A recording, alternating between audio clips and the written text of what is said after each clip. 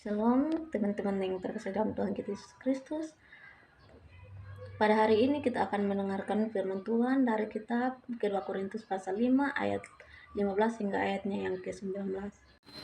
Dan Kristus telah mati untuk semua orang supaya mereka yang hidup ini tidak hidup untuk dirinya sendiri, tetapi untuk Dia yang telah mati dan dibangkitkan oleh mereka. Karena itu kami tidak lagi memilih seseorang menurut ukuran manusia.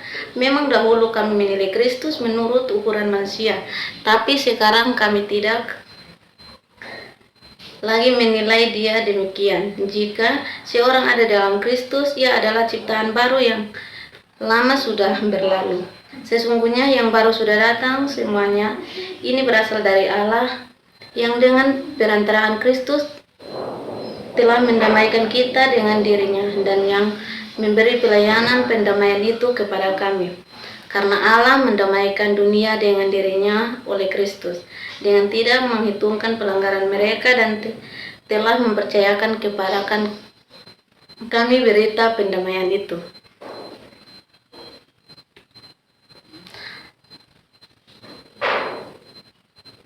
Jadi baik saudara-saudara yang terkasih dalam Tuhan kita Yesus Kristus, dalam kehidupan kita sebagai orang percaya, kita dipanggil untuk membawa kasih Kristus kepada semua orang, termasuk mereka yang berada dalam berbagai kerapuhan dan pergumulan, termasuk komunitas LGBTQ.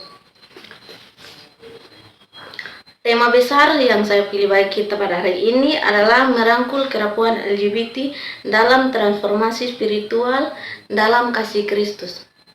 Dalam dunia yang penuh dengan ketidakpastian dan berbagai keretakan hubungan antara manusia dengan Tuhan, termasuk dalam hal identitas dan orientasi, tetapi firman Tuhan dalam kitab 2 Korintus pasal 5 ayat 15 hingga ayat yang ke-19 mengingatkan kita bahwa dalam Kristus ada kesempatan untuk bertransformasi spiritual.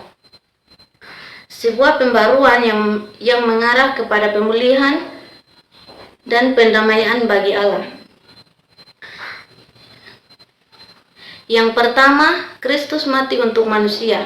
Ayatnya yang ke-15, Kristus telah mati untuk semua orang, supaya mereka yang hidup ini tidak hidup untuk dirinya sendiri, tetapi untuk Dia yang telah mati dan dibangkitkan untuk mereka. Pertama-tama kita diingatkan bahwa kematian Kristus adalah untuk semua orang, tanpa terkecuali. Kasih-Nya tidak terbatas oleh status sosial, latar belakang, atau orientasi seksual seseorang. Kasih Kristus datang untuk menyentuh setiap hati yang hancur dan yang teraliensi.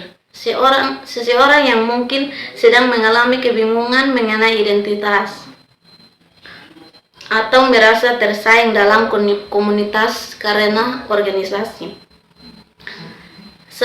Sama sekali tidak terkecuali dari kasih Allah. Kristus datang untuk menyelamatkan mereka yang rapuh, yang terperosok dalam dosa, yang jauh dari Allah. Ketika kita menyaksikan realitas dunia yang semakin plural, kita sebagai gereja harus mengingat bahwa panggilan kita adalah untuk mengasihi semua orang, termasuk mereka yang bergaul dengan kaum atau masalah LGBT. Yang kedua, transformasi dalam Kristus. Pada ayatnya yang ke-17, jadi jika seseorang ada di dalam Kristus, ia adalah ciptaan baru, yang lama sudah berlalu. Sesungguhnya yang baru sudah datang. Ayat ini mengungkapkan sebuah kebenaran yang luar biasa. Transformasi dalam Kristus. Dalam Kristus setiap orang berkesempatan untuk mengalami pembaharuan hidup, meningkatkan kehidupan lama yang dipenuhi dengan dosa, dan menerima kehidupan. Inilah kabar baik yang diberikan, yang harus diterima Allah untuk bukan hanya mengasihi mereka, tetapi Dia menawarkan transformasi spiritual yang bukan hanya mengubah perilaku, tetapi yang lebih penting mengubah hati dan pikiran mereka. Transformasi ini bukanlah sebuah proses yang instan, namun melalui proses pertumbuhan dan pembaharuan di dalam Kristus. Kasih Allah itu tidak pernah menyerah untuk bekerja dalam kehidupan setiap orang. Bagi mereka yang ada dalam kerapuhan, baik dari sisi emosional maupun spiritual. Kasih Kristus datang untuk memberikan harapan dan membarui hidup mereka. Tidak ada yang terlalu jauh dari kasih Allah untuk diubah dan dipulihkan. Yang ketiga, pendamaian dalam kasih Kristus. Pada ayatnya yang ke-19, semua ini berasal dari Allah yang dengan perantaraan Kristus telah mendamaikan kita dengan dirinya dan yang memberi pelayanan pendamaian itu kepada kami. Karena Allah mendamaikan dunia dengan dirinya oleh Kristus dengan tidak memperhitungkan pelanggaran mereka.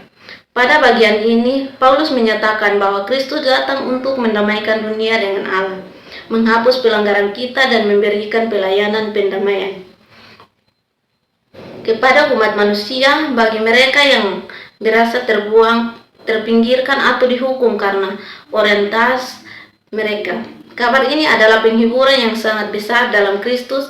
Tidak ada lagi penghukuman, tetapi ada kasih yang menawarkan pembaruan. Pendamaian yang diberikan Kristus tidak hanya melakukan bagi mereka yang dianggap sesuai dengan norma oleh masyarakat, terjadi juga bagi mereka yang mungkin terjebak dalam kerapuhan. Allah ini mereka dipulihkan dari perasaan tersaing dan dijauhkan oleh ketakutan bahwa mereka tidak akan diterima. Kristus membuka pintu pendamaian bagi semua orang, termasuk komunitas LGBT. Kasih Kristus menawarkan pengampunan dan penerimaan yang sejati. Ayatnya yang ke-19 tentang pelayanan pendamaian. Dan telah mempercayakan kepada kami berita pendamaian itu. Kita sebagai orang percaya dipanggil untuk menjadi saluran dari pelayanan pendamaian ini.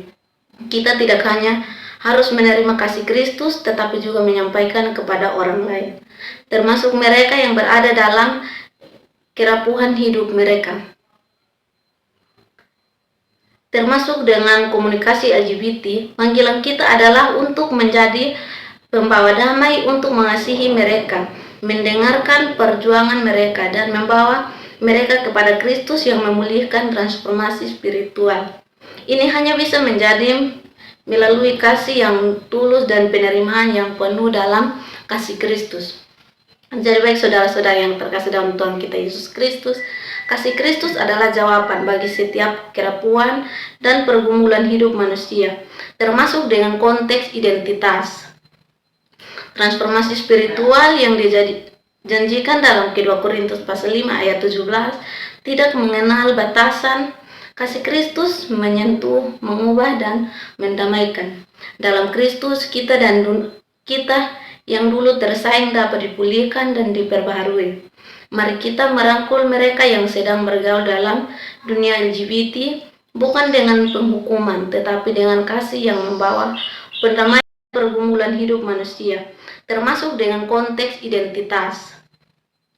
Transformasi spiritual yang dijanjikan dalam kedua Korintus pasal 5 ayat 17 tidak mengenal batasan.